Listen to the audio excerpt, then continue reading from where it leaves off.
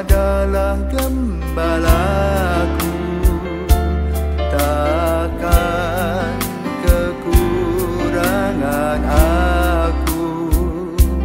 Ia membaringkan aku di padang berumput hijau. Saudara-saudari yang terkasih di dalam Kristus, selamat pagi. Salam jumpa lagi dalam Sabda Siap Saji.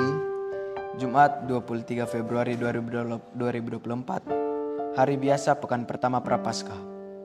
Marilah kita berdoa dalam nama Bapa dan Putra dan Roh Kudus. Amin. Allah Bapa Maha Setia, Engkau tak pernah mengingat kesalahan kami. Kami mohon bukalah hati kami untuk berdamai dan mengampuni sesama. Dengan pengantaran Tuhan kami Yesus Kristus, Putramu yang hidup dan berkuasa, bersama Dikau dalam persatuan Roh Kudus, Allah sepanjang segala masa. Amin. Tuhan bersamamu Dan bersama roh. Inilah Injil Yesus Kristus menurut Matius. Dimuliakanlah Tuhan.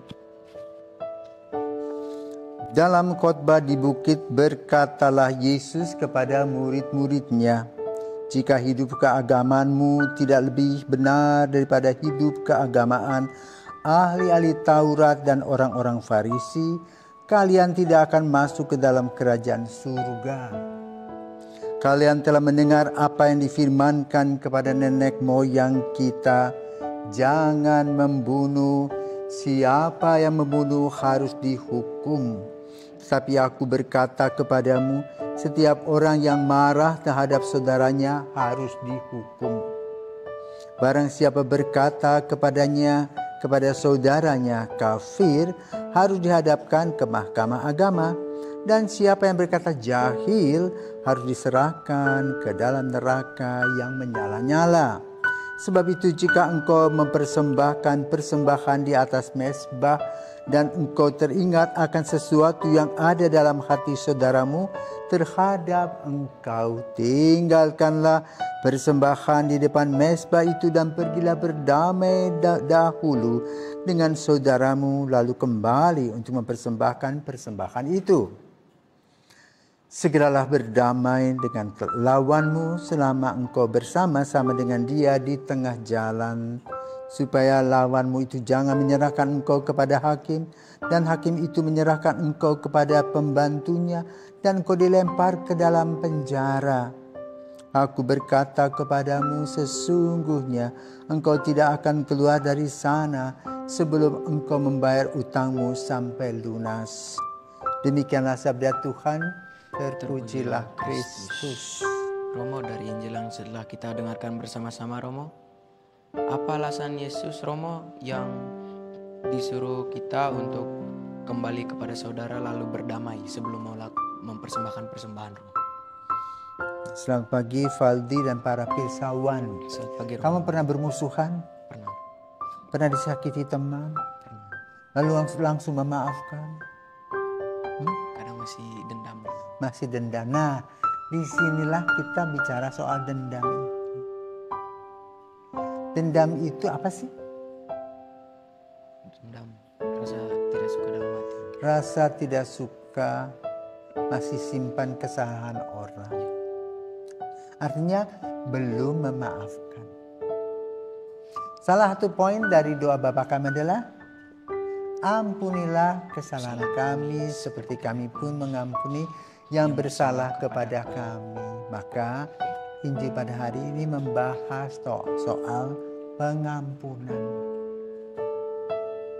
Kita kenal bahwa Tuhan itu Maha Rahim, Maha Pengampun. Dan kita sebagai putra-putrinya, sebagai citranya, harus belajar dari Tuhan sendiri mengampuni. Tetapi tidak gampang pengampunan itu. Maka Yesus mengatakan, biarpun kamu pintar berteori, punya pangkat tinggi, ya, seperti para pejabat agama Yahudi ini pangkatnya tinggi. Tapi kalau imanmu kosong, hanya di mulut saja, buat apa? Hatimu beku dan kaku untuk apa? Maka kita perlu belajar dari Yesus bagaimana proses memberikan pengampunan, yaitu dengan cara mengosongkan diri dan menyadari bahwa orang-orang lain pun tidak sempurna seperti kita sendiri, tidak sempurna. Dan kalau kita mempunyai masalah, kita ingin teman-teman memaafkan kita, ya kan? Nah, disitulah kita perlu belajar. Maka satu, iman harus dipakai dalam pengampunan itu. Kedua, sadar bahwa dengan mengampuni kita membebaskan diri dari belenggu dosa. Yang ketiga, kita menjadi orang yang hidup baru kembali. Ya, itulah yang harus kita lewati. Maka persembahan yang begitu banyak tidak ada artinya kalau hati kita tidak beres. Tetap membawa dendam. Ayo belajar agar kita tidak dendam. Dan pelajaran itu tidak gampang. Tetapi bukan sebuah yang mustahil. Semoga Tuhan memberkati.